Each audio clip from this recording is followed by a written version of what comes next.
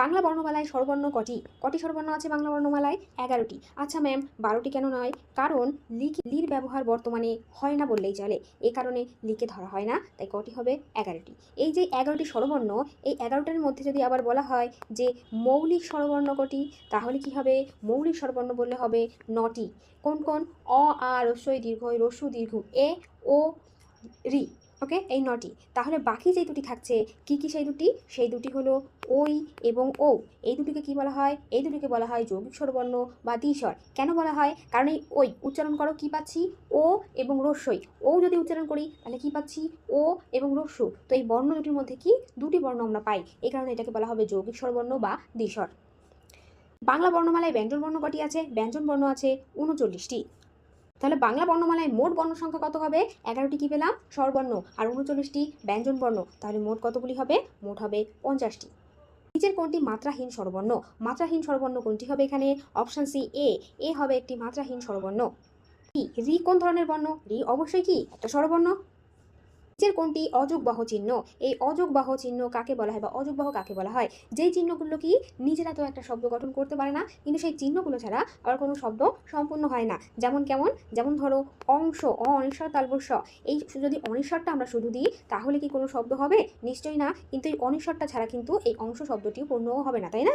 তো এগুলোকে বলা হয় অযোগবাহ চিহ্ন। তো অযোগবাহ চিহ্ন এখানে কোনটি হবে? অনিশ্বর। তো অযোগবাহ চিহ্ন কটি আছে? অযোগবাহ চিহ্ন আছে 3টি। কি কি? অনিশ্বর, বিসর্গ ও চন্দ্রবিন্দু। তাহলে বাংলা বর্ণমালায় অযোগবাহ কটি হবে? অযোগবাহ হবে 3টি অযোগবাহ। নিচের কোনটি অযোগবাহ নয়? কোনটি হবে? রি অযোগবাহ নয়। ক্ষীয়টা কি? ক্ষীয় একটি যুক্ত ব্যঞ্জন। ক্ষীয় একটি যুক্ত ব্যঞ্জন। বাংলা বর্ণমালায় কোন স্বরবর্ণটি বর্তমানে ব্যবহার হয় না বললেই চলে? কোনটি? লির ব্যবহার বর্তমানে হয় না বললেই চলে। নিচের কোনটি উষ্ম ব্যঞ্জন? উষ্ম ব্যঞ্জন কোনটি হবে? দন্ত স। তো এই উষ্ম ব্যঞ্জনের মধ্যে কতগুলি বর্ণ আছে? 4টি। কি কি? দন্তে স, তালব স, পেট কাটা স ও হ।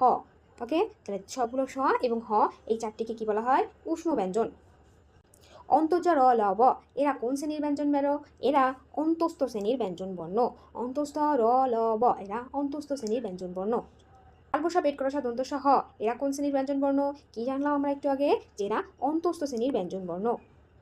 বাংলা বর্ণমালায় স্পর্শ ব্যঞ্জন কটি আছে? বাংলা বর্ণমালায় স্পর্শ ব্যঞ্জন আছে 25টি। ক বর্গের শেষ বর্ণ কোনটি? দেখো কি জেনেছি আমরা যে ব্যঞ্জন বর্ণ কতগুলি আছে? 39টি। এই 39টির মধ্যে আবার প্রথম 25টিকে 5টি বর্গে ডিভিশন করা হয়। কি কি? প্রথম ক এর মধ্যে 5টি বর্ণ আছে, ক, খ, গ, ঘ, উম। তো এই কি বলছে?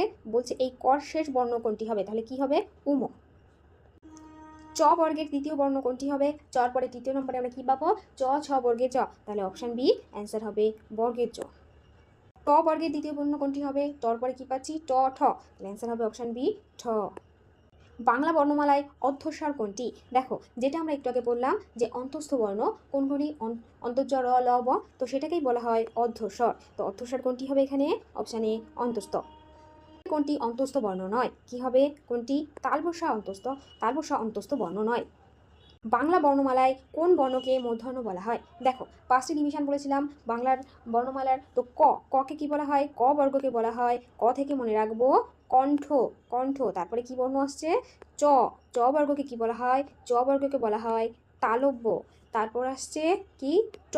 টর বর্গকে বলা হয় মূর্ধন্য। তার অ্যান্সার কি হবে আমাদের? অ্যান্সার হবে আমাদের ট।